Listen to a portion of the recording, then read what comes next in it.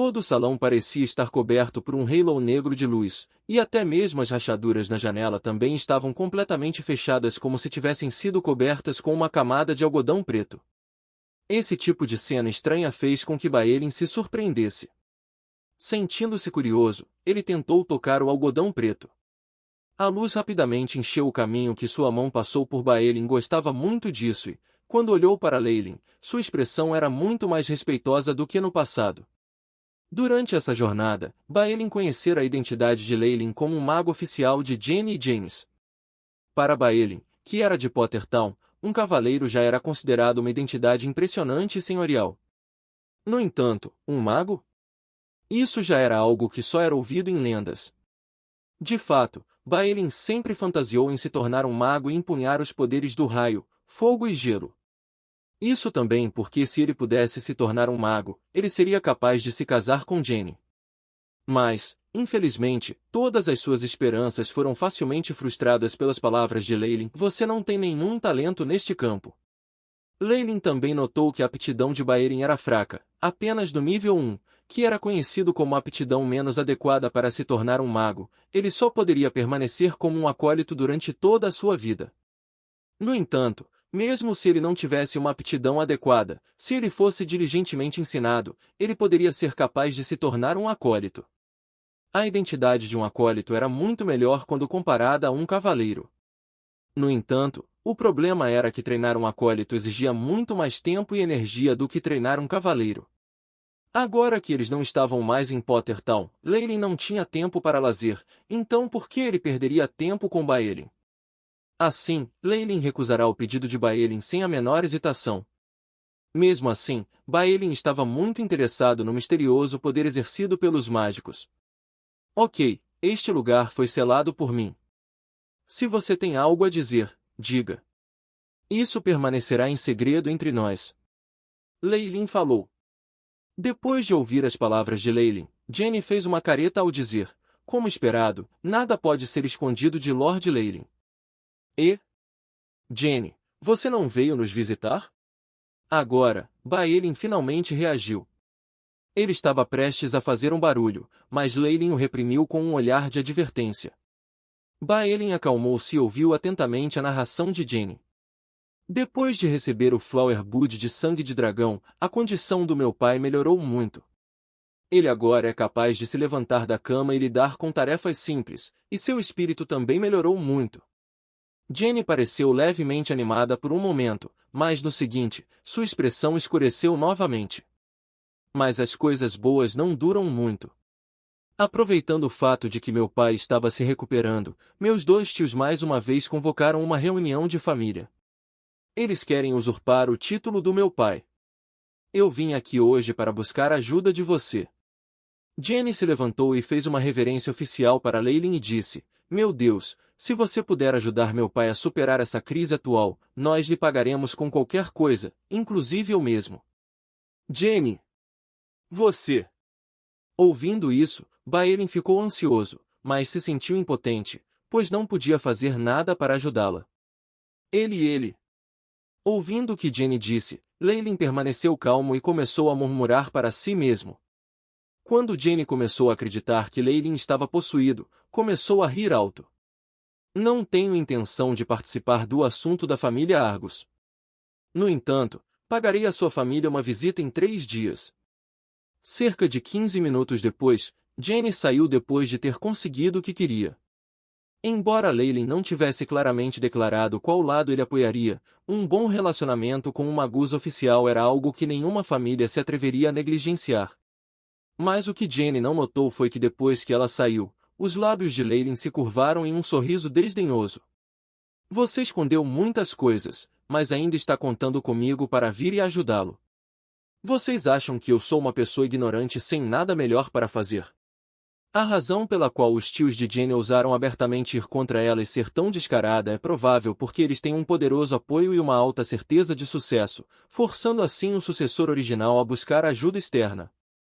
Com tal garantia, Leylin tinha 70% de certeza de que eles haviam obtido a aprovação de Siegfried. Em tal situação, Jenny e seu pai colocaram todas as suas esperanças em Leylin, até mesmo sacrificando Jane Erse. Se for a isca e o presente. Você realmente acredita que eu me envolveria em seus assuntos por causa da felicidade de Baelin?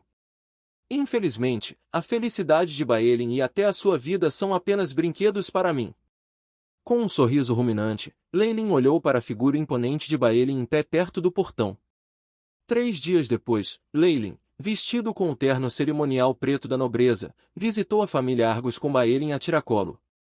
Lord Leilin, estar vendo você é uma honra em si. Tendo sido informada pelo criado, Jane e seu pai, o Marquês Argos, saíram e cumprimentaram Leilin.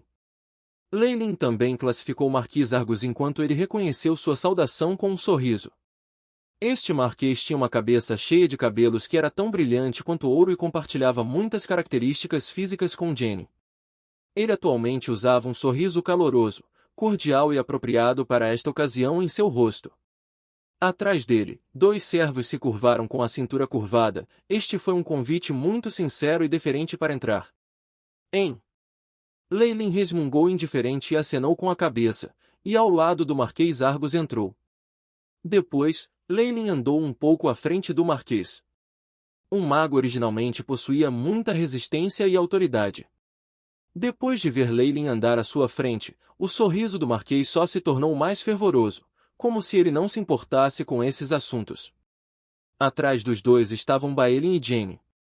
Baelin abriu a boca em várias ocasiões, querendo falar com Jane, mas depois de ver a solene Jane, que estava vestida como se fosse assistir a um banquete real, ele não conseguiu dizer nada e apenas fechou a boca. Escusado será dizer que esta mansão serena e bem construída de um marquês, bem como os servos respeitosos e cautelosos que estavam em ambos os lados dele, enquanto ele passava, todos assustaram o jovem. Depois de receber Leilin, o marquês pensou em apresentar Leilin aos outros parentes, mas foi interrompido por uma voz repentina. Oh! Meu querido irmão mais velho, se você convidou muitos convidados, por que você também não nos convidou? Ao ouvir essa voz, o sorriso do marquês permaneceu, mas um traço de cautela apareceu em seus olhos quando ele apresentou o dono da voz a Leilin. Meu senhor, estes são meus 2 irmãos, Lucas e Kermode.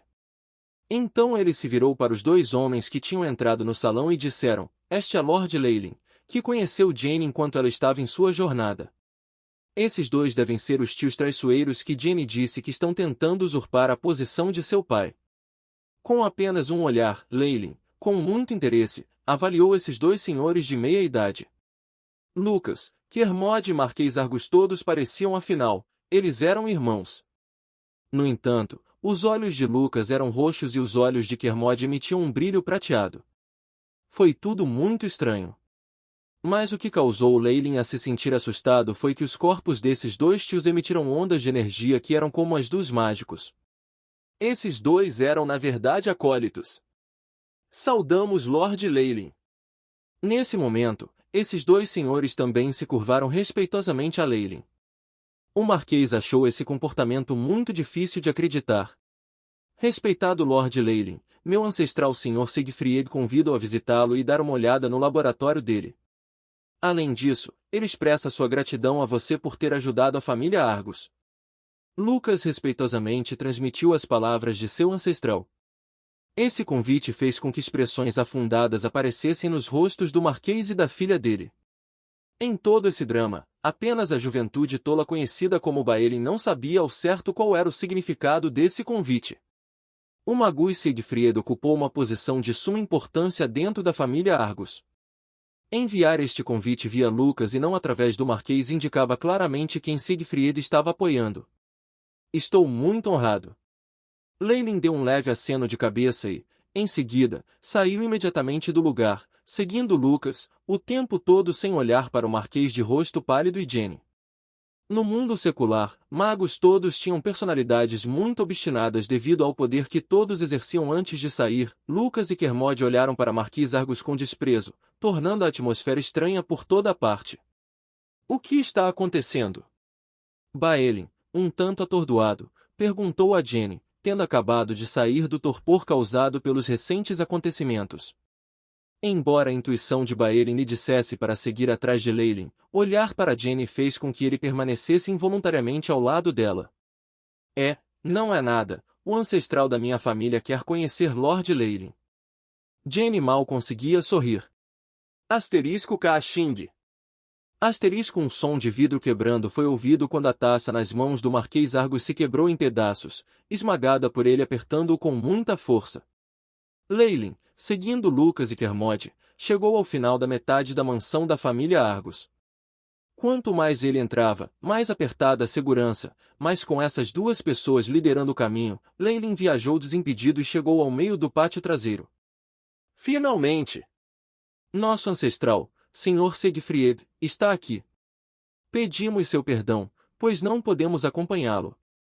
Lucas e Kermode trouxeram Leylin em frente a uma enorme torre cônica e depois se curvaram e saíram. Cada movimento deles foi executado perfeitamente, mostrando o comportamento impecável da nobreza. Leylin não prestou atenção a eles, pois estava distraído pela torre branca à sua frente. Runas de estabilidade, runas de restrição e runas que podem transmutar lama em pedra. Esta é uma construção muito boa. Além disso, posso sentir a aura de partículas de energia no ar. Parece que dentro desse prédio há uma fonte de partículas de energia de pelo menos 2 elementos. Leylin gentilmente acariciou a superfície da Torre Branca com admiração em seus olhos e suspirou. Esta Torre Branca, cujas curvas eram semelhantes às do chifre de uma vaca, foi construída por um mago. Apenas as despesas das runas de solidificação e o custo de construir a lagoa de partículas de energia deixaram Leylin perplexo. É uma construção digna de um mago que viveu por várias centenas de anos. Se eu quisesse montar uma torre como essa, precisaria gastar pelo menos metade dos recursos que estão na minha bolsa. Enquanto pensava nisso, Leylin suspirou. Um laboratório especializado e privado realizou muitas vantagens. Não só estava magicamente escondido, como se pudesse realizar experimentos encobertos dentro dele. No entanto, como Leylin não tinha residência fixa, não havia como construir uma torre para si.